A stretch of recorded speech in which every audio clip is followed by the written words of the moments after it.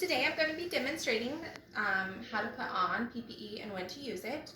Of course, the first thing I would want to do would be look at my patient's chart and see if I need to be using PPE or, always use standard precautions as far as if you're going to come in any contact with any bodily fluids, blood, skin breakdown, and you want to know when to use each of the PPE. So like the first one for the gown, you would want to see if you were going to be coming into contact with any bodily fluids that might contaminate your clothing. You definitely want to wear the gown.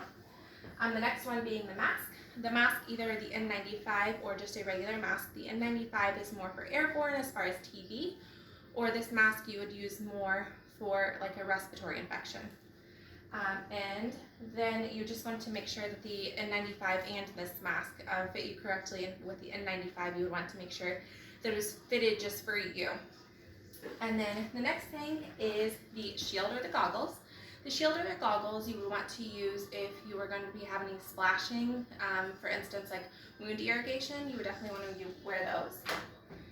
The next is either hairnet or the shoe covers. Both of those just protect your hair and your shoes from getting contaminated with body fluids, and that way you're not carrying it throughout the hospital or wherever you may be at to other patients. And then shoe covers we already went over, and then the gloves.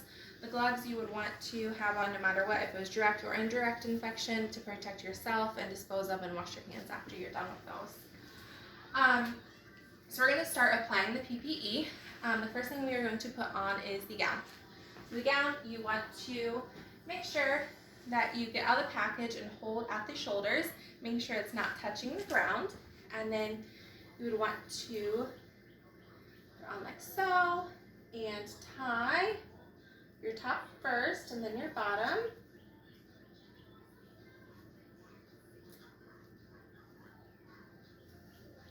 Tied my top and tied my bottom.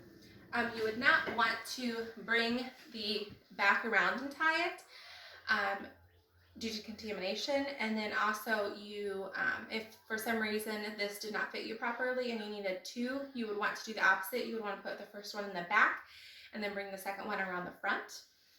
And then after you are done putting on this, you would want to put on your mask, and again, determining if you need a N95 mask or just a regular mask, making sure the metal piece is at the top because you want it to contour to your nose once you place the mask on, and you want to make sure that you pull it down around the chin because you want to have that sealed protection, and with the N95 as well, make sure it fits properly because if it doesn't, it defeats the purpose of having them on.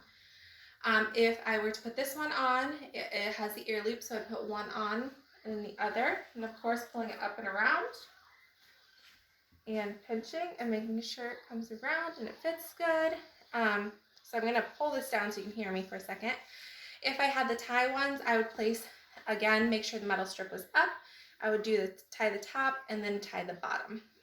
I'm just going to leave this off so that way you can hear me. The next thing we are going to place on is either our goggles or a shield. If it was our shield, you would want to, of course, make sure that it fit properly and that it was secured. You would want to tie if needed, and then the goggles you would want to place on. And if my mask was on, you would want to make sure that it overlapped. And same thing with the shield. If you had the shield on, you would want to make sure that it was tucked into the neck as well, so that way there was no gaps for any bodily fluids to come in contact with you. The next thing we would put on would be our hairnet. Hairnet we just put on like so. And then our shoe covers would be the next thing. Our shoe covers you would want to put on, making sure that they covered your whole shoe.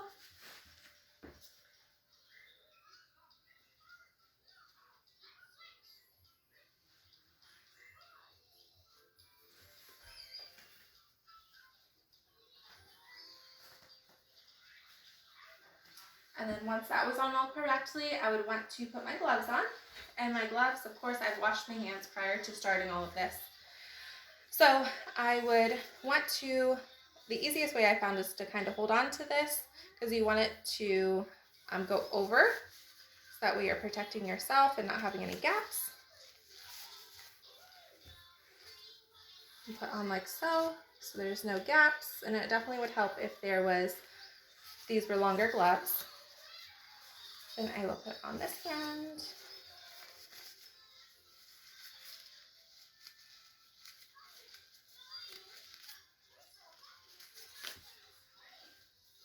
So it's all tucked in and there's no gaps.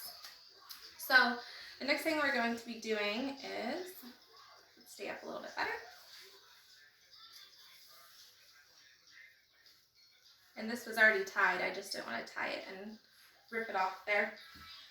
So the next thing we're going to be doing is the double bagging. The double bagging, I'm going to say I am the person outside of the room, and obviously I would not have all this PPE on if I was the person outside the room. But just to demonstrate how they should be holding the bag, they would want to hold it like this, so that way their hands are not going to be touching anything, and of course they would want to have gloves on as well. They would want to hold it as open as possible, so that way the other bag can be dropped in directly without touching the other sides.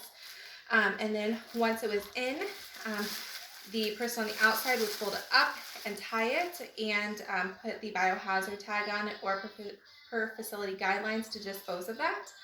So that is disposed. And then if I was the outside, I would definitely take off my gloves and wash my hands. And then if I was on the inside, I'm going to start taking off my PPE. So I'm going to start by demonstrating that. The first thing we're going to do is take off my gloves because they are the dirtiest. So just take off my gloves. I'm going to pinch the cuff of the sleeve and come up, and then take my other hand and go inside here without touching any of the contaminated.